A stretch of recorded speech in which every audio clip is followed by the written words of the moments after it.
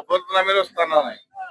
ଆଉ ମୁଖ୍ୟତଃ ଆମେ ସମସ୍ତେ ଜାଣିଛେ ଯେ ଯେକୌଣସି ଦଳର ହଉ ଡକ୍ଟର ଭର୍ତ୍ତୃହରି ମହତାବ 7 ଥର ସାଂସଦ, କେବଳ କଟକ ନୁହଁ ଓଡ଼ିଶାର ଗର୍ବ।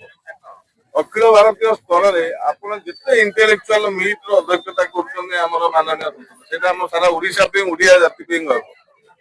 କିନ୍ତୁ ଜଣେ ରାଜ୍ୟସଭା ସାଂସଦ ଚିରାଚରିତ ଢଙ୍ଗରେ ସେ ଯୋଉ ଅଭଦ୍ର ଆଚରଣ କଲେ ଏବଂ ଗୋଟେ ସମ୍ମାନୀୟ ସାଂସଦଙ୍କ ପ୍ରତି ସାକ୍ଷାତ ସାଂସଦ ଏବଂ ସାଂସଦ ରତ୍ନଙ୍କ ପ୍ରତି ଯୋଉ ଅଭଦ୍ରଚିତ ବ୍ୟବହାର ଦେଖି ଯେମିତି ତାଙ୍କ ବ୍ୟକ୍ତିଗତ ସ୍ତର ଉପସି ଯୋଉ ପ୍ରକାର ଅଭଦ୍ର ଆଚରଣ କଲେ ତା ବିରୁଦ୍ଧରେ ଆଜି ଭାରତୀୟ ଜନତା ପାର୍ଟି କଟକ ଜିଲ୍ଲା ତରଫରୁ ଏଠି ତାଙ୍କ ବିରୁଦ୍ଧରେ ଡେମନଷ୍ଟ୍ରେସନ ହବ, ତାଙ୍କ କୁଶପୁତଳିକା ଦିଆ ହବ, ତାଙ୍କ ନେତା ନବୀନ ପଟ୍ଟନାୟକ ମଧ୍ୟ କୁଶପୁତଳିକା ଦିଆ ହବ, ତାଙ୍କୁ ଦଳରୁ ବହିଷ୍କାର କରାଯାଉ।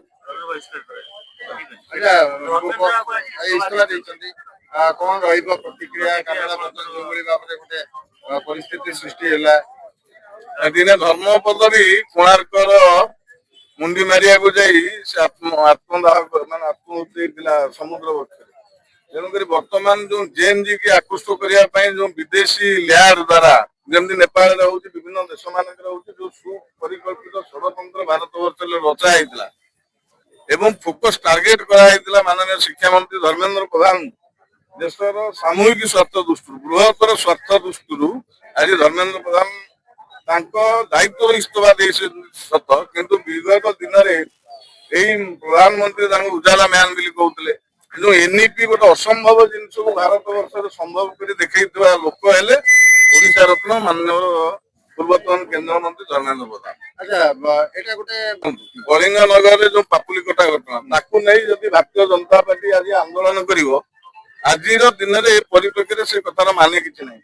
ନିଟ୍ ପରୀକ୍ଷାରେ ପେପର ଲିକ୍ ହବା ସତ, ସିବିଆଇ କି ଯାଞ୍ଚ ଦିଆଯାଇଥିବା ସତ, କନସର୍ନ ସେଇ ଡିପାର୍ଟମେଣ୍ଟ ରିଲେଟେଡ ଅଫିସର ବିରୁଦ୍ଧରେ ଆକ୍ସନ ହବା କଥା ବି ସତ୍ୟ।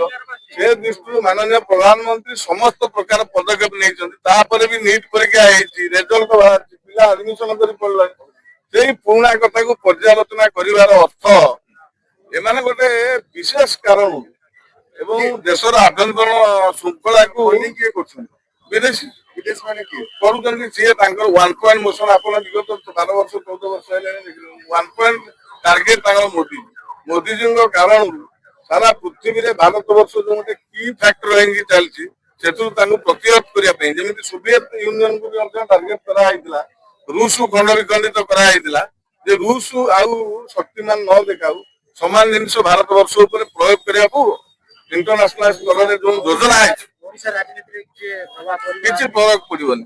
ଧର୍ମେନ୍ଦ୍ର ପ୍ରଧାନ କଣ ଓଡିଶାବାସୀ ଭଲ ଭାବରେ ଜାଣନ୍ତି। ବିଜୁ ପଟ୍ଟନାୟକଙ୍କୁ ଆମର ବିଚାର ବିରୋଧୀର ଦଳ ହେଲେ ମଧ୍ୟ ଆମେ ତାଙ୍କୁ ପ୍ରଶଂସା କରୁ ଏଇଥିପାଇଁ ଯେ ବିଜୁ ପଟ୍ଟନାୟକ ଯୋଉ ଅଖିଳ ଭାରତୀୟ ସ୍ତରରେ ଓଡିଆଙ୍କର ନାଁକୁ ରୋଶନ କରନ୍ତି ସେ ଦୃଷ୍ଟିରୁ ଆମେ ଗର୍ବିତ। ସମାନ ଜିନିଷ ବିଜୁ ପଟ୍ଟନାୟକ ପରେ ଧର୍ମେନ୍ଦ୍ର ପ୍ରଧାନ ଗୋଟିଏ ବ୍ୟକ୍ତି ଯେ ଦିଲ୍ଲୀ ଦରବାରରେ ଓଡିଶାର କଥା ବାରମ୍ବାର ଉଠେଇଛନ୍ତି ଏବଂ ସାମଗ୍ରିକ ଓଡିଶାର ଉନ୍ନତି ପାଇଁ ଯିଏ ଯଦି କିଏ ଜଣେ ଚେଷ୍ଟା କରୁଥାଏ ବିଜୁ ପଟ୍ଟନାୟକଙ୍କର ସିଏ ହେଲେ ମାନନୀୟ ପୂର୍ବତନ କେନ୍ଦ୍ରମନ୍ତ୍ରୀ